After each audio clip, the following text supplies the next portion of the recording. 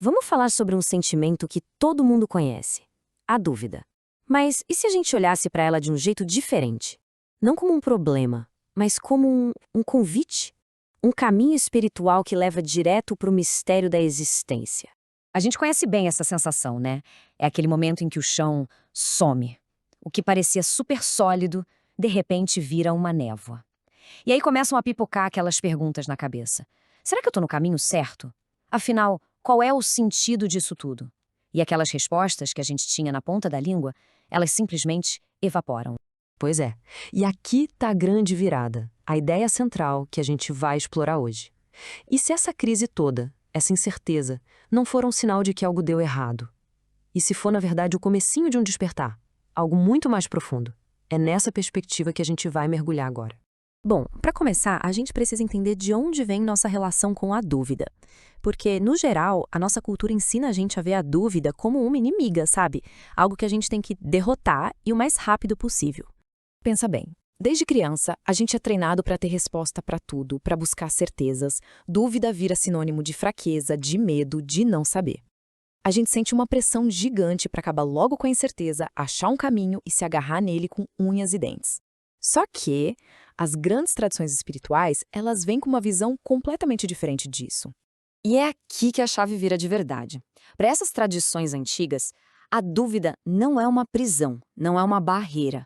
Pelo contrário, ela é uma abertura, um portal mesmo para uma compreensão muito mais ampla da vida. Então, o lance todo é essa mudança de olhar. Onde antes a gente via medo, agora a gente pode ver um despertar. Aquilo que parecia fraqueza vira uma capacidade de escutar com atenção. E a confusão? A confusão vira terra fértil para o crescimento. A dúvida para de ser paralisia e se torna um campo cheio de potencial. Legal, né? Então, vamos ver na prática como é que diferentes tradições espirituais pelo mundo lidaram com essa paisagem da incerteza. O que será que a gente pode aprender com elas? Olha que interessante, no budismo tem um conceito chamado Vicikiccha. É basicamente a dúvida espiritual. E ela tem dois lados. Tem aquela dúvida que paralisa, sabe? Que deixa a gente preso no ceticismo sem conseguir sair do lugar. Mas tem também a dúvida saudável, que é uma força que investiga, que impulsiona a gente a não aceitar tudo de bandeja, mas a buscar entender a realidade por conta própria.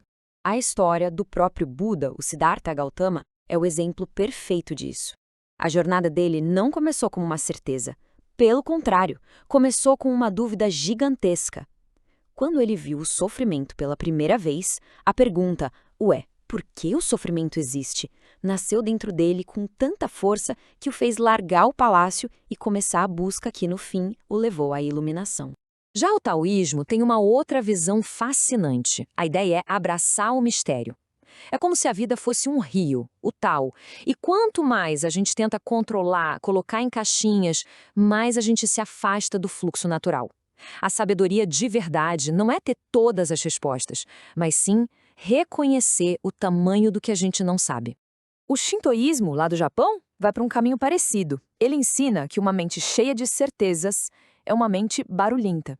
E esse barulho todo impede a gente de ouvir as mensagens mais sutis, da natureza, do espírito.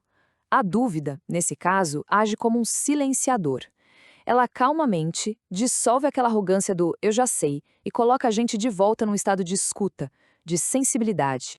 No xamanismo, a visão é super poderosa. As crises existenciais, as dúvidas profundas, elas são um chamado para uma morte simbólica.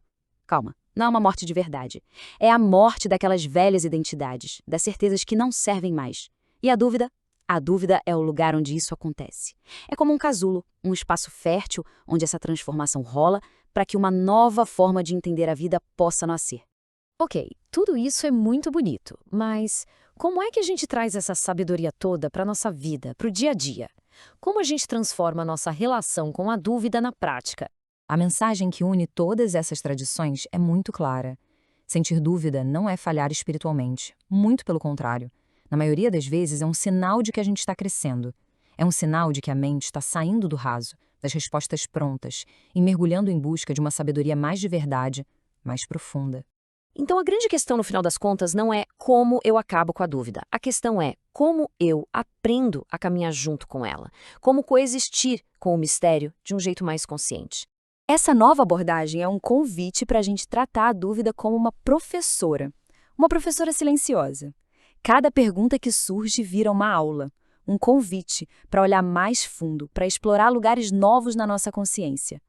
A dúvida, vista assim, expande a nossa percepção e ensina a gente a ter humildade diante do tamanho que é a vida.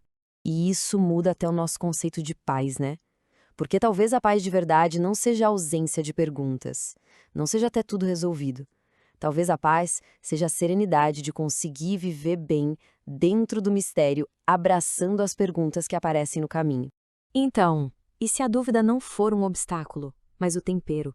Aquilo que nos impulsiona a viver a vida de um jeito mais pleno, mais verdadeiro? A reflexão que fica é essa: como cada um de nós pode começar a caminhar com as próprias dúvidas a partir de hoje? Gostou do vídeo? Quer assistir mais vídeos como este? Então ative o sininho, inscreva-se no canal e, se possível, compartilhe com seus amigos. E visite nosso site www.filosofiazen.com.br. Um grande abraço e até o próximo vídeo.